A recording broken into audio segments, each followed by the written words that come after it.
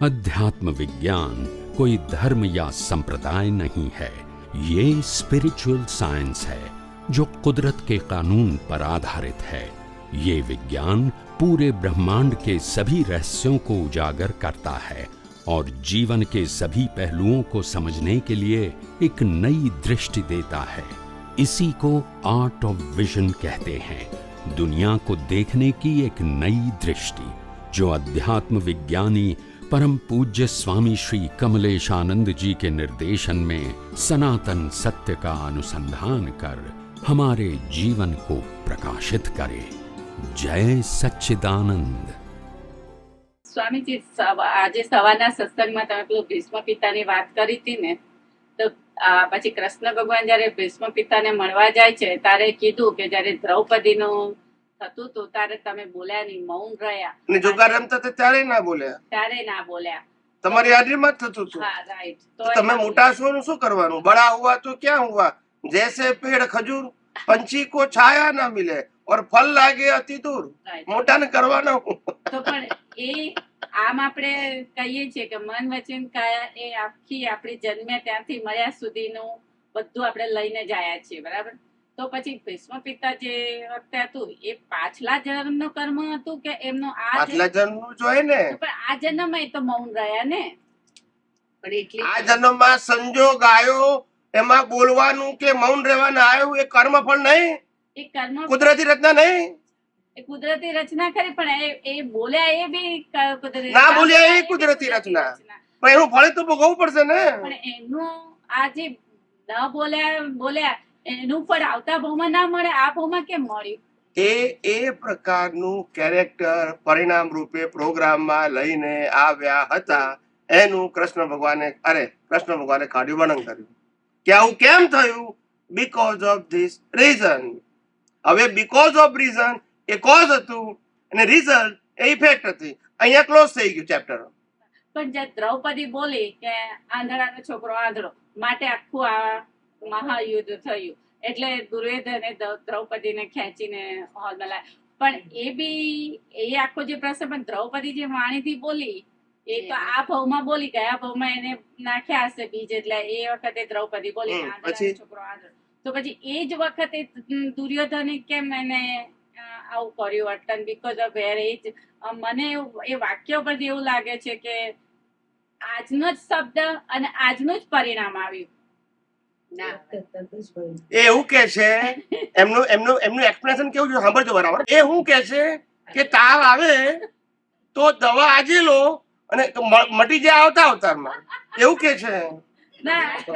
કારણ કે દવા તો આજે લીધી, રિઝલ્ટ આવતા અવતારમાં આવવું જોઈએ ને, જો બોલતા નથી.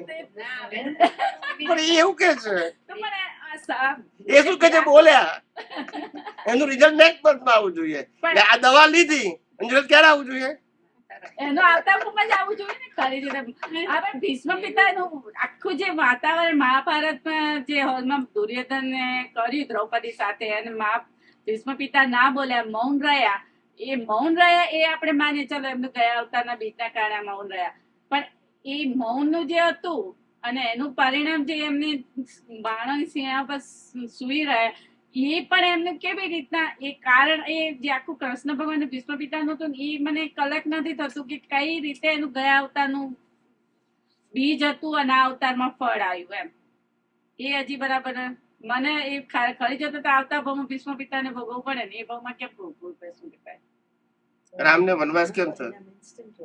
એ તો કઈ ના ગયા અવતારનું નહીં, એ આ અવતારનું વચન હતું ને. અવતારમાં બોલે તો કેટલેક પર બોલે આવું જોઈએ.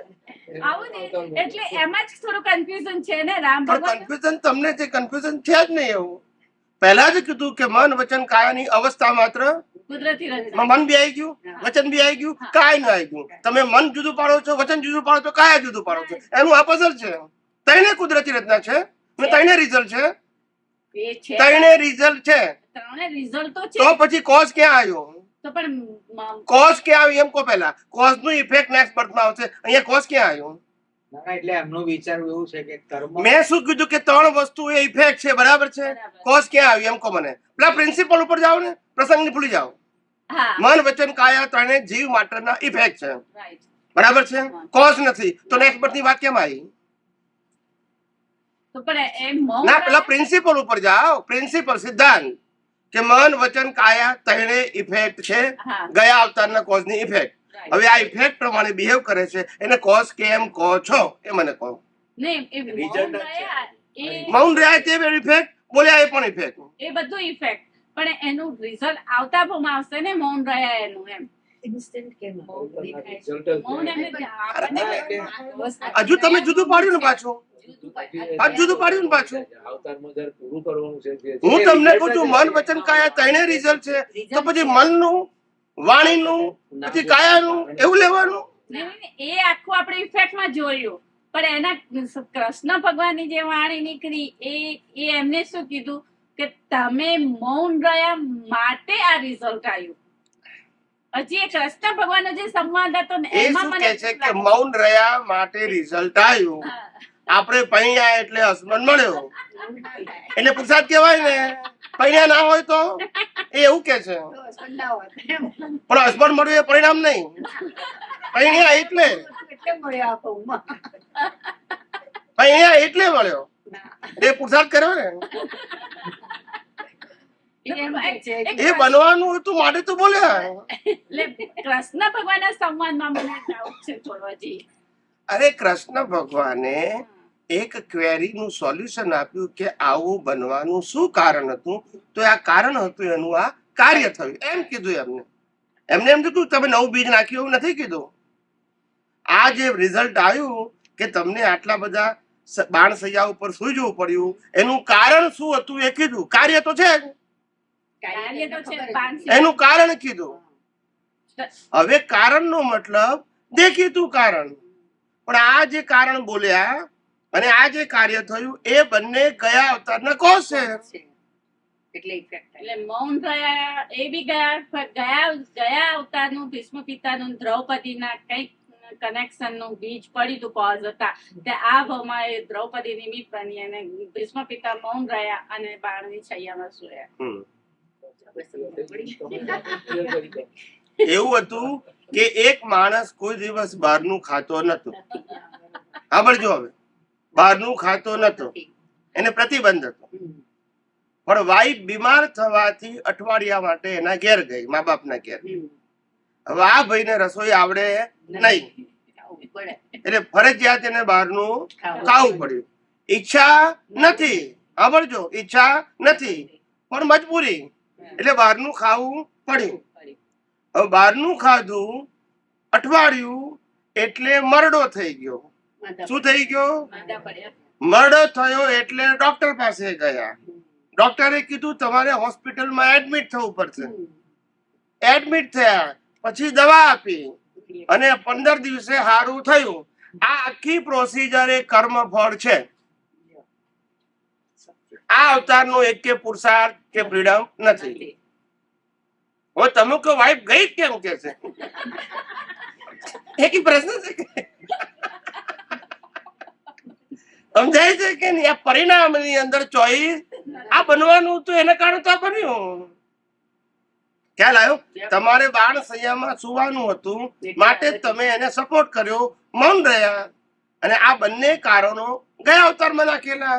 ગયા અવતારમાં કારણ હતા એના આધારે મૌન રહ્યા, ને મૌન રહ્યાનું સેમી ફળ આ મળ્યું. જેમ તમે બહારનું ખાતા નતા પણ વાઈફને જવું પડ્યું, એ માદી પડી, તમારે ખાવું પડ્યું, તમે માદા પડ્યા, તમારે ડોક્ટર પાસે જવું પડ્યું. આ બધું જ ગયા અવતારના કર્મના ફળના સ્ટેજીસ છે. ના સમજાયું? સમજાયું. જન્મ્યા ત્યારથી અત્યાર સુધી બધા ફળના સ્ટેજીસ જ છે ને, નથી સમજણ પડતી? હા, બધા સેક્ટર્સ જ છે એમાં કયો ભાગ એવો છે કે જેમાં કર્મ ફળ નથી? બધાનો. બધા જ છે. તો પછી ટુકડી ટુકડી જોવાના. બધા જ પ્રકારના એવિડન્સ છે કર્મ. ફળ છે. પછી વિચાર રૂપે હોય, વાણી રૂપે હોય કે વર્તન રૂપે હોય, વ્યક્તિગત હોય કે સામૂહિક હોય, બધું જ કર્મ ફળ. અને જે કર્મ ફળ છે એને શું જોવાનું? કુદરતી. કુદરતી રચના જોવાની. બસ. અમુક વાર અમુક સત્સંગમાં એવું પણ સાંભળ્યું છે કે કર્મ ફળ અને કર્મ ફળ પરિણામ. એટલે એમાં મહાત્માઓને કન્ફ્યુઝન થાય છે. એટલે આ તમે કહ્યું એક્ઝેક્ટ ક્લેરિટી છે એની અંદર, એટલે સમજાય છે કે બધું કર્મ ફળ જ છે. પણ કર્મ ફળના સ્ટેજીસ છે. શેના? ફળ કર્મ ફળના પરિણામ. હા, stages. જેમ આપણે લગ્ન કર્યા એ કર્મફળ, કોઈ છોકરા થયા કર્મફળ નહીં, કર્મફળ પરિણામ. છોકરાને ભણાયા કર્મફળ નહીં, એને પરણાયા કર્મફળ નહીં, એના છોકરા થયા કર્મફળ નહીં, તો કે ના એ નહીં કે છે, એ પુરુષાર્થ કહેવાય. એટલે આખી સાયકલ જ પરિણામ છે. ના સમજાયું? સમજાય. એમાં કયો ભાગ એવો આવે કે કર્મફળ નથી? કર્મફળ જ. આ બધી coming event cars there shadows before, આ તમારા જીવનમાં થવાનું છે એના એવિડન્સ છે બધા. હા, બીજો શબ્દ એનો આપે છે કર્મ ફળ કહ્યું ને તો કર્મ ફળનું ફળ એવો શબ્દ આપે છે, જે મૌનનું પરિણામ એમ કહ્યું એમ મેં કર્મ કે કર્મ ફળનું પણ એ તો ફળનું સ્ટેજ છે ને, સ્ટેજ થયું ને. It's a part of આખી લાઈફ જે આપણી કો રિલેટેડ છે એ શું છે? કર્મફળ છે. પણ પેલું ફળ એનું ફળ એ તમે ગમે તો કહો, ફળ જ કહેવાય. ફળનું ફળ કહો તો એટલે એવું કીધે છે. ખ્યાલ આવે કે નહીં? કહેવાય. એ ગુસ્સે તારે વાઈફ કહેવાય ને પ્રેમ કરે તારે વાઈફ જ કહેવાય, બે ના હોય. તમે ના ગુસ્સે થાય તારે જુદી, બંને કર્મફળ જ કહેવાય. એ કર્મફળ જ કહેવાય. બધું કર્મફળ કહેવાય. બરાબર ખ્યાલ આવે કે બપોરનું અમે વિચાર કરતી હતી કે સ્વામીજી મને કહી તો દીધું, પણ આખી મારી અડધી બપોર એમાં ગઈ.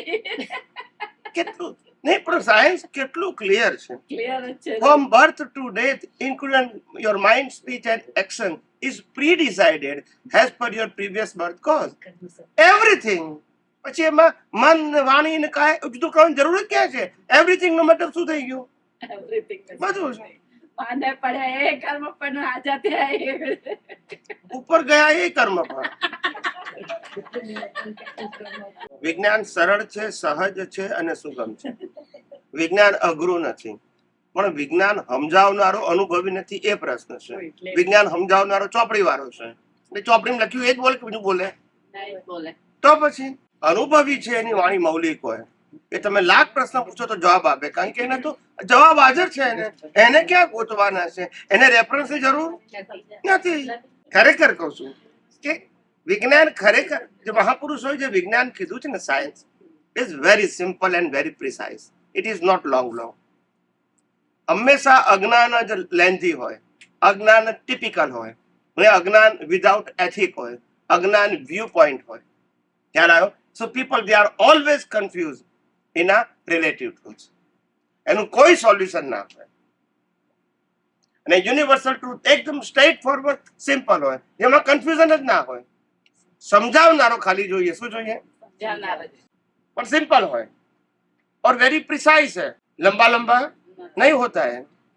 આનો પણ સ્વામીજી, પ્રતિભાબેન અને અમે બંને એક વખત વાત કરતા હતા કે આટલું સરસ વિજ્ઞાન સરળ સહજ તમે અમને પીરસ્યું, પણ અનંત અવતારથી અજ્ઞાન જ અમારી જોડે આવ્યું છે.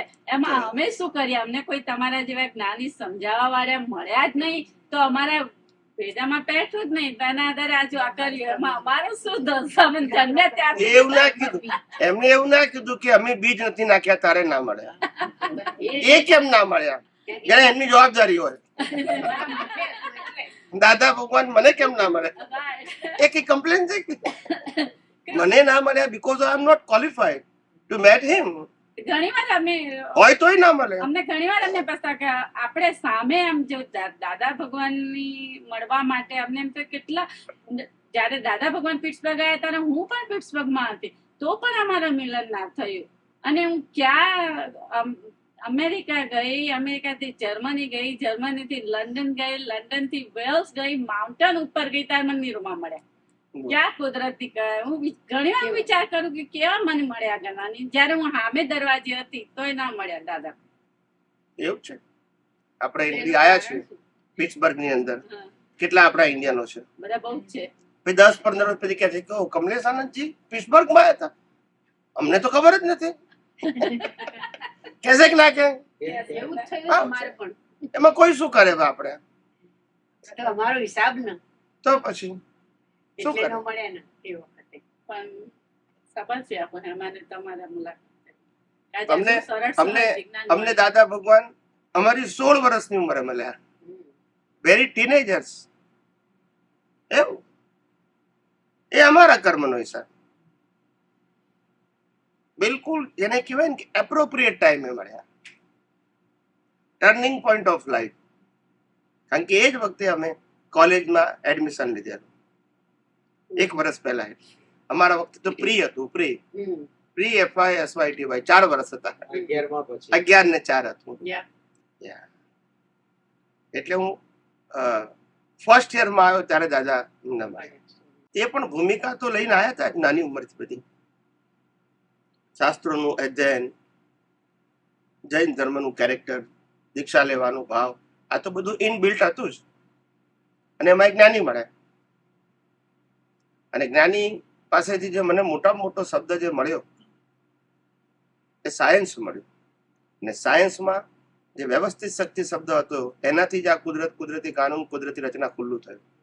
અને બીજો શબ્દ મને બહુ જ મોટામાં મોટો મળ્યો, પ્રતિષ્ઠિત આત્મા. એ જો ના હોત તો વિજ્ઞાન ખુલ્લું ના થાય. તો કર્મ કેમ આ ભાવમાં બાંધીએ ને આવતા ભાવમાં કર્મ છે આ ભાવમાં બંધાય, એ આવતા ભાવમાં ફળ રૂપે મળે. આ ભાવમાં જે કર્મ કર્યા એ કેવી રીતના ખબર પડે કે આવતા ભાવમાં એ ફળ રૂપે આવશે? આ ભાવમાં જે કઈ વિચારીએ છીએ, બોલીએ છીએ અને કરીએ છીએ એ બધું કર્મ ફળ જ છે. નહીં, પણ આવતા ભાવમાં આવવાનું શું આવવાનું? તો પછી આવતા અવતારમાં કર્મ આવવાના. એમાં મેં સવારે કીધેલું, ગઈકાલે કીધેલું કે કર્મ ઇનવિઝિબલ છે અને વિઝિબલ છે એ કર્મ ફળ છે. તમે કદાચ ભૂલી ગયા હશો. ઇનવિઝિબલ કર્મ દેખી શકાય નહીં અને દેખી શકાય એ કર્મ ના હોય, કર્મ ફળ હોય. દેખી શકાય, સાંભળી શકાય, વિચારી શકાય એ બધા કર્મ ફળ. ને કર્મ ઇનવિઝિબલ છે, ખાલી કેવળ જ્ઞાની જોઈ શકે, બીજું કોઈ જોઈ ના શકે. તમે કયા કર્મ બાંધો છો એ ના જોઈ શકે. બાંધવાની પ્રક્રિયા અનુભવી જ્ઞાની એક્સપ્લેન કરી શકે, process to create the cause. પણ તમે કયા કર્મ બાંધો છો એ ના કહી શકે. અમે કર્મ બાંધવાની આખી પ્રક્રિયા સમજાવીએ, સાયન્ટિફિક પ્રોસેસ. કર્મ બાંધવાથી માંડીને એને ક્યાં સ્ટોરેજ થાય છે માંડીને જે રિપ્લાય મળે એ આખી પ્રોસેસ કહી શકીએ. પણ તમે વ્યક્તિગત કયો કર્મ બાંધો છો એ કહી શકીએ નહીં. પણ એ વ્યક્તિને પણ ખબર ના પડે એમ. ના જ પડે ને.